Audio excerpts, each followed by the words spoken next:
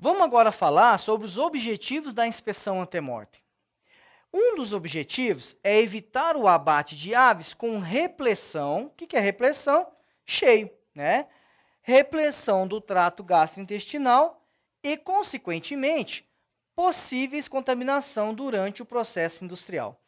Lembra que você viu agora há pouco comigo, com relação ao exame clínico lá, o exame visual das aves, na onde o servidor competente do CIF fazia a palpação do papo, verificava ali as aves nas suas condições gerais.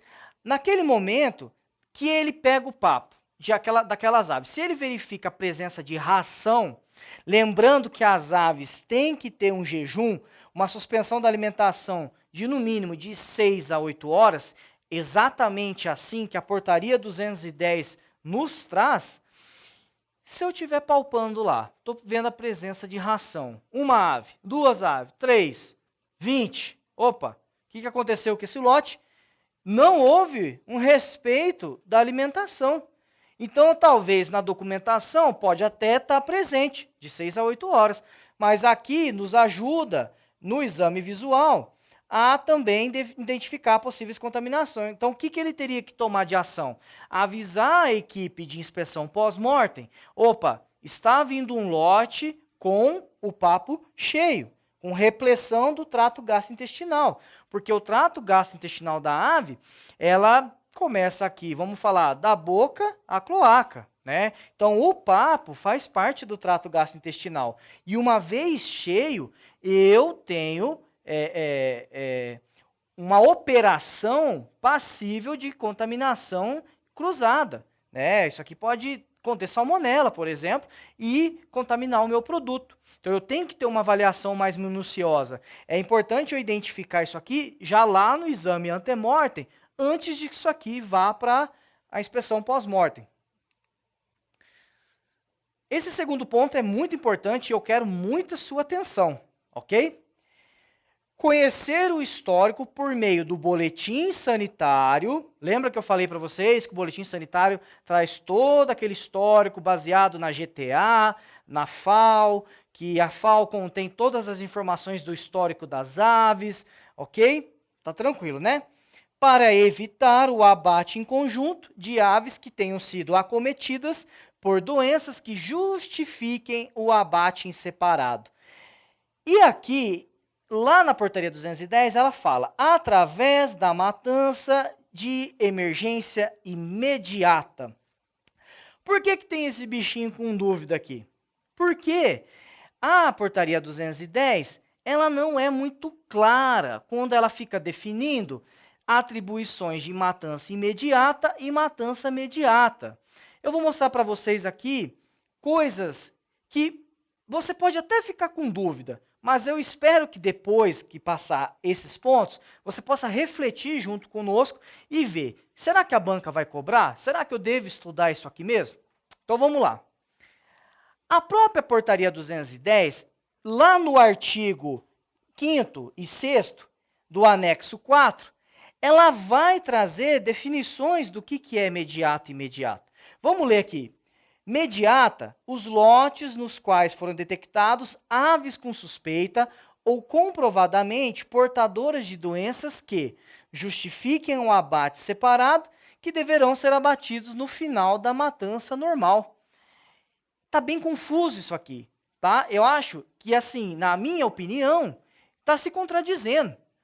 Se eu voltar aqui e falar assim, através de matança imediata, dizendo que lotes que possam ter sido acometidos por doenças que justifiquem o abate separado, e ele está falando de matança imediata, e eu tenho uma definição de matança imediata semelhante à anterior, opa, isso está se contradizendo. E o que ele traz como imediata? Deverá ser cercada de todos os cuidados higiênicos e sanitários, e ao término será procedida completa higienização e, quando necessitar, desinfecção das instalações, equipamentos e utensílios, bem como renovação total da água dos pré-resfriadores e escaldadeiras.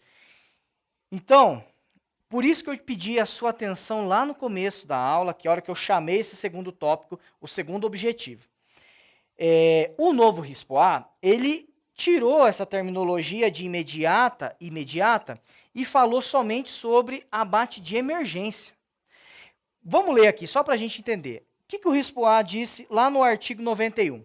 Na inspeção ante-mortem, quando forem identificados animais suspeitos de zoonoses ou enfermidades infectocontagiosas ou animais que apresentam reação inconclusiva ou positiva a testes diagnósticos para essas enfermidades, o abate deve ser realizado em separado, tá ok, dos demais animais, adotadas as medidas profiláticas cabíveis.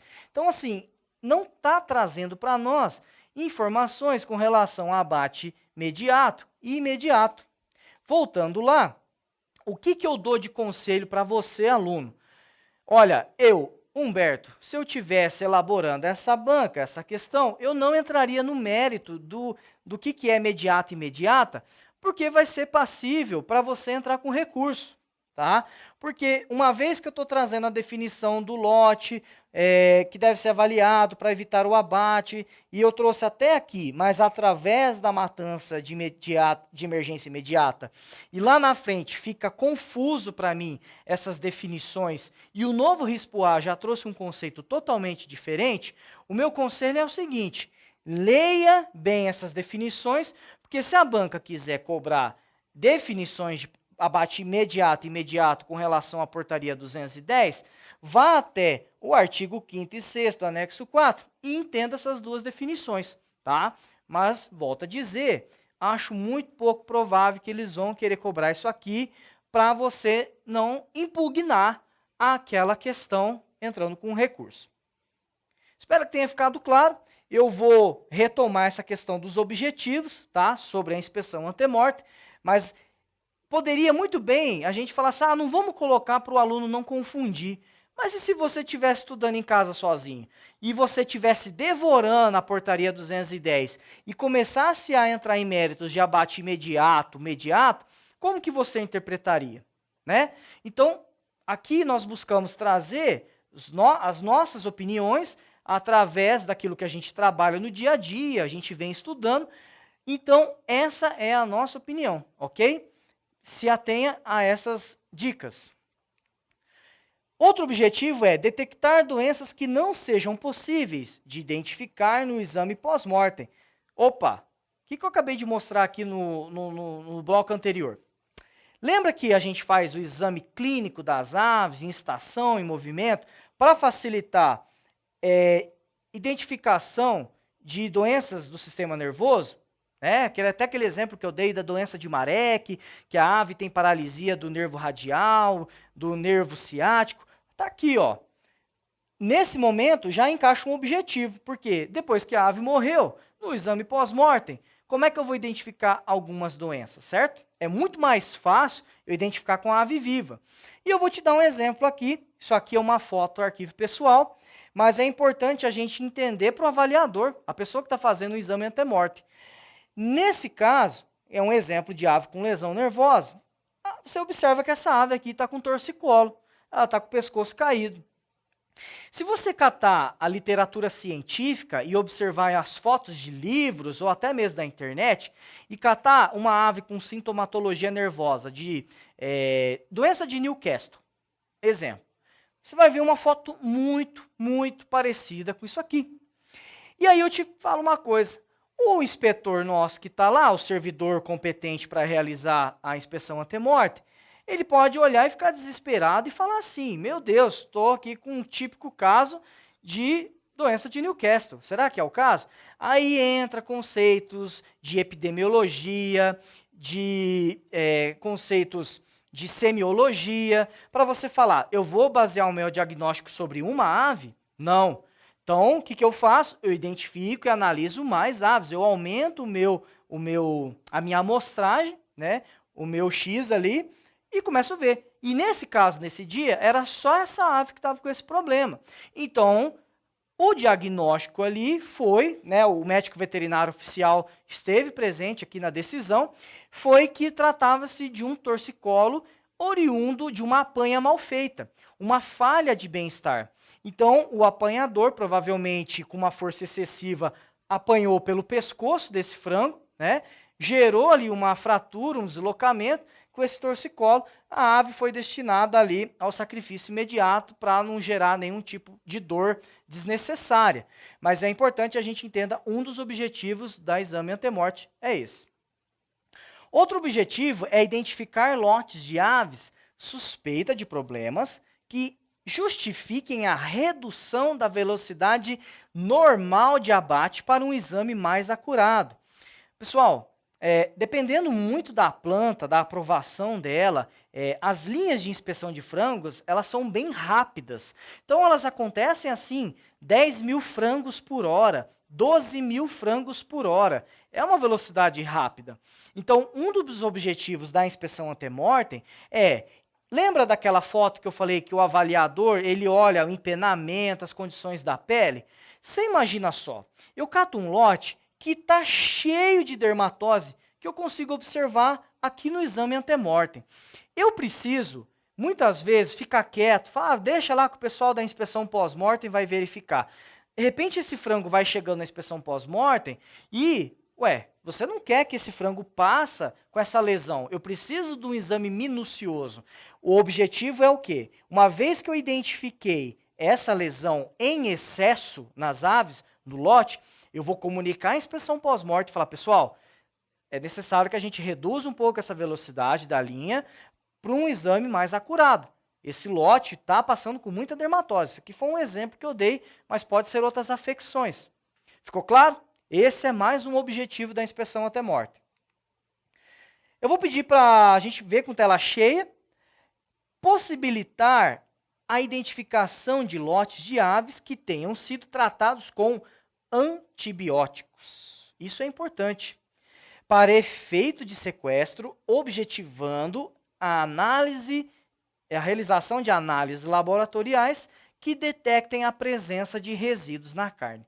Então, aqui é um trechinho que a gente tem do boletim sanitário. Lá no boletim sanitário vai ter assim a informação. Aqui no caso está escrito, nenhuma droga terapêutica foi administrada, mas poderia muito bem estar escrito o uso de alguns outros antibióticos. Poderia estar escrito assim, uso de alguma fluoroquinolonas, né? E aí estaria indicado a data de início, a data de fim, e bem como um documento anexo dizendo qual que é o período de carência que deve ser respeitado desse medicamento.